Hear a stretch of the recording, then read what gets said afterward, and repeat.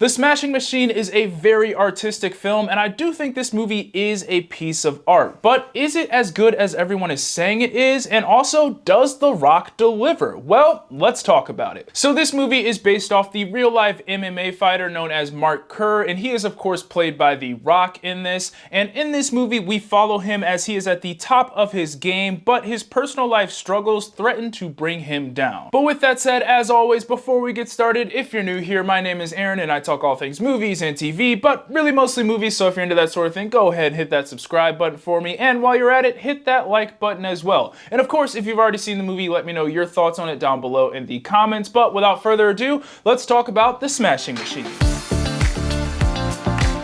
Jumping right into the good, and the first thing I have here is, well, one of the big questions going into this movie, and that is, will The Rock deliver? And it's safe to say that he absolutely does. This is one of those cases where the performances really make this movie what it is, and he was great in this, and this is easily, hands down, his best performance. Now, granted, that's not too high of a bar compared to his other roles where he just kind of plays himself, but in this movie, he did prove that he does have that range to play more dramatic roles. Given that this is something that he wants to do more of, I would say he's off to a great start. You could tell that he was committed to this role. He put on a few extra pounds and even changed his voice a little bit to match Mark Kerr's. Now, I will say for the most part, the voice was good throughout the movie, but there were a couple of times throughout this thing where I was just like, okay, that's just The Rock talking. But that doesn't negate the fact that there were times in this movie that I genuinely forgot that I was watching The Rock. Now, a lot of people are saying that he should get some Oscar buzz with this role. I'm not quite there yet. Don't get me wrong, he was really good, but I'm not quite ready to jump on that Oscar train yet because I don't even think this was the best performance in this movie. That title goes to Emily Blunt. She was phenomenal in this movie, and as I think about it right here in the moment, she is one of those actors that I don't think I've ever really seen a performance I don't like from her. She was 10 for 10 in this movie and just didn't miss a beat, and the raw emotion she was able to show in this thing was nothing short of amazing. My favorite shot in this whole movie is when she is taking a picture of Mark Kerr after they just had a fight with each other, and as she's taking this picture, a single tear runs down her face, and it was just little things like that throughout this movie where I was just like, yeah, this woman is on a whole other level than everyone else in this movie. Her chemistry with The Rock was great, and that relationship is what gave this movie its emotional weight, and honestly, I feel like this movie was a little bit more about that relationship than it was the fighting, because everything that happens in this movie, whether good or bad, stems from that relationship. We had other solid performances like Ryan Bader, but it was The Rock and Emily Blunt that really carried this movie, and when those two were on screen together, this thing was at its best. Another thing I really liked about this movie is that, well, it was based off an MMA fighter, so I expected these fighting scenes to be good, and they were. The best way I could describe these scenes is that you could feel the brutality within them, and I think a lot of that has to do with the sound design that was in these fighting scenes.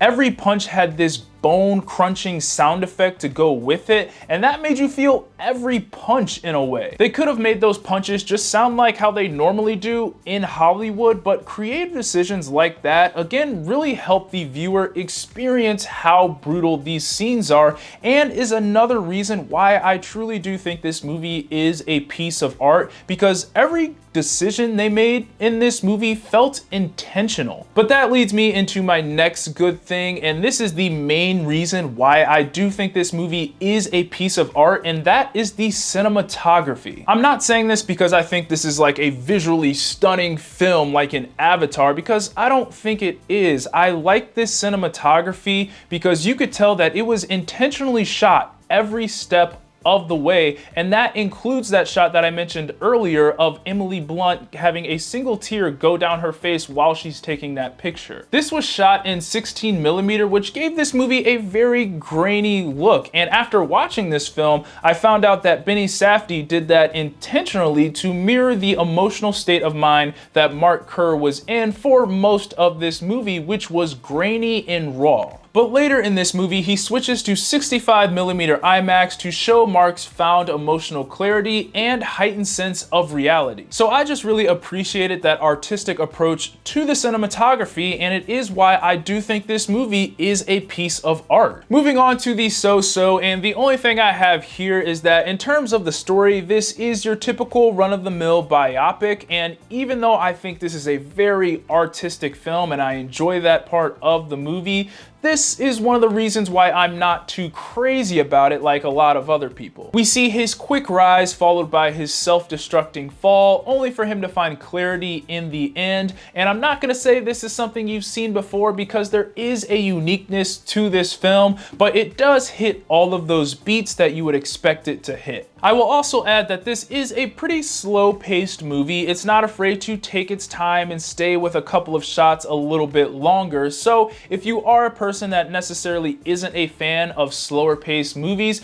then you might not like this one because there are moments in this thing where it does drag just a little bit. It didn't bother me too much because, again, I still think this is a good film, but it is something to be aware of if that is something that bothers you. And finally, getting into the bad, and this is probably a little bit more of a me thing, but I'd be curious to know if anyone else felt this way, but I didn't know too much about Mark Kerr going into this movie. The only thing I knew about him is that he was an MMA fighter, and that's about it. But after seeing this movie, I do wish I had a little bit more background knowledge on who he was going into this movie, because I think that would have helped me understand certain scenes a little bit better. And I just feel like if I had a little bit more context on who Mark Kerr was and knew a little bit more about his story, I could have maybe filled in some of those gaps that I thought were there. I'm not saying you need to go and do research on who Mark Kerr is in order to see this movie, but I am curious of those who are very knowledgeable about Mark Kerr